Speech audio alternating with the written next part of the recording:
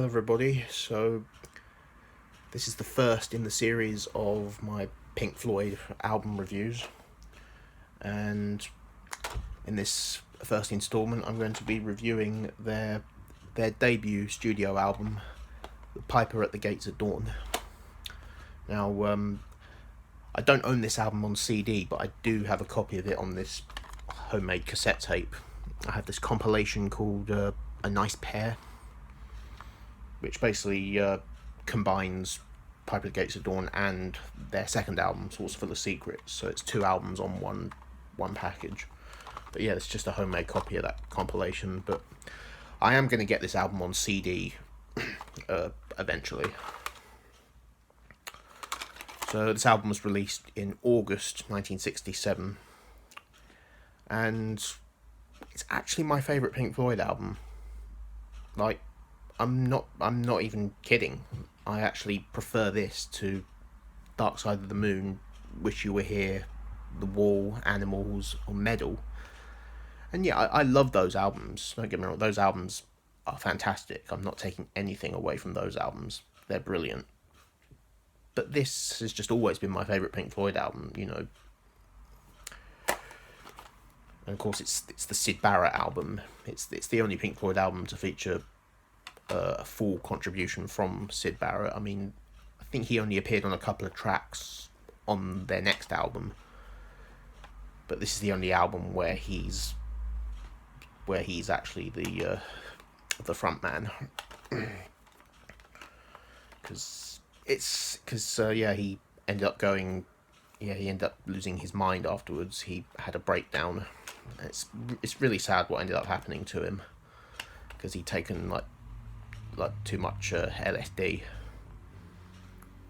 and he just wasn't in a fit state to continue his music career after this. I mean, he did release a couple of solo albums after he left Pink Floyd, Madcap Laughs and Barrett, which are both really good albums.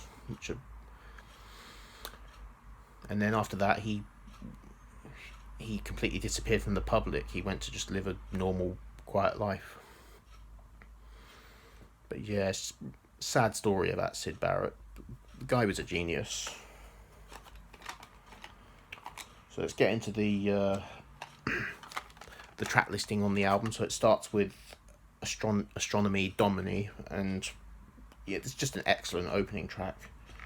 It's very psychedelic, very proggy as well. I mean, it's different to what they'd go on to do later.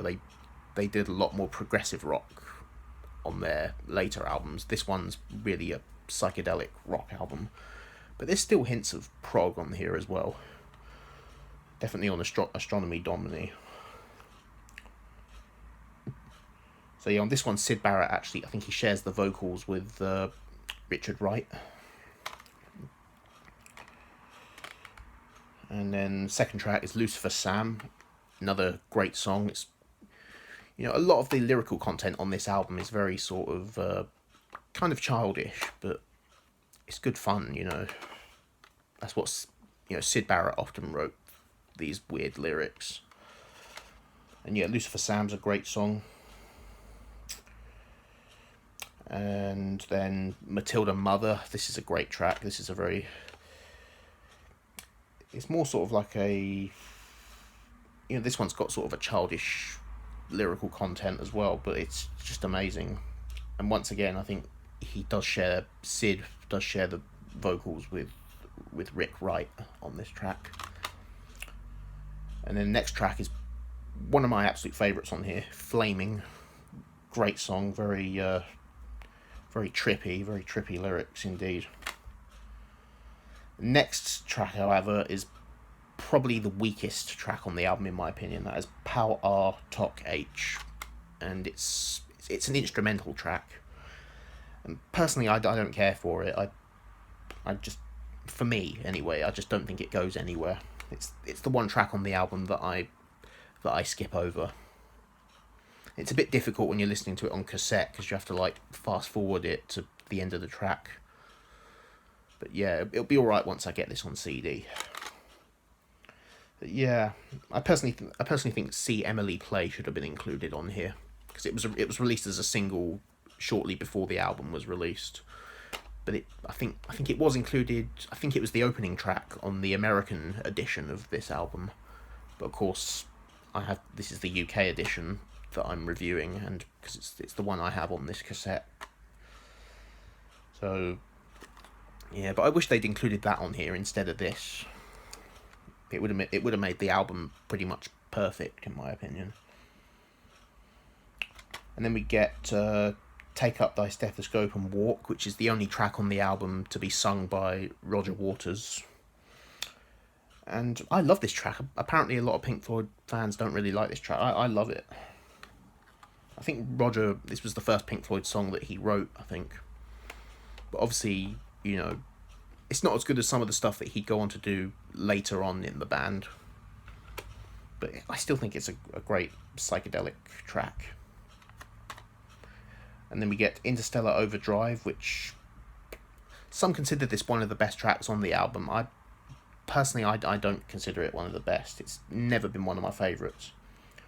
And of course, it's another instrumental track. And I like it better than "Power Tok H." I mean, "Interstellar Overdrive" does have some great bits on it. It's got a very garage rock sound. But I personally think it goes on for just a bit too long. I think they could have done with cutting it just a little bit shorter.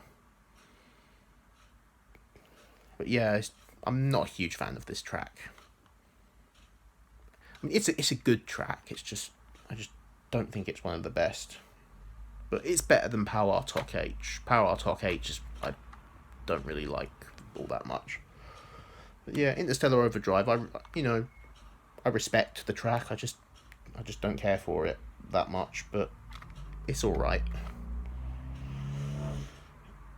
And then we get "The Gnome," which I absolutely love. It's very childish lyrics, it's just a very innocent, fun song, but I love it.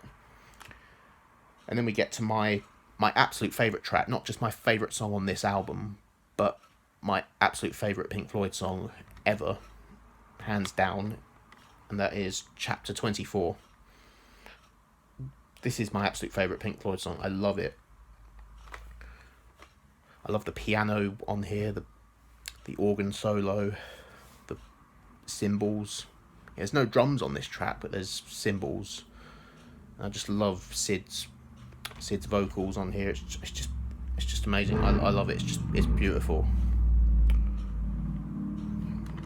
And then we get to "The Scarecrow," which again, another innocent, fun song, with childish lyrics, but it's good fun. I love it. And then it ends with probably another one of my favourite tracks, "Bike," which, oh my god, it's simple. It's simple lyrics. It's just about him and a girl, trying to impress this girl with his bicycle. But yeah, it's just got some really innocent and some pretty childish lyrics in it, but it's just good fun. That's until it gets to the end of the song. It's actually very it gets quite uneasy towards the end. There's this laughter at the end that's sped up on tape. It's quite haunting. But yeah, I love this album, "Pipe at the Gates of Dawn," and yeah, it is my favourite Pink Floyd album. And I'm gonna give this.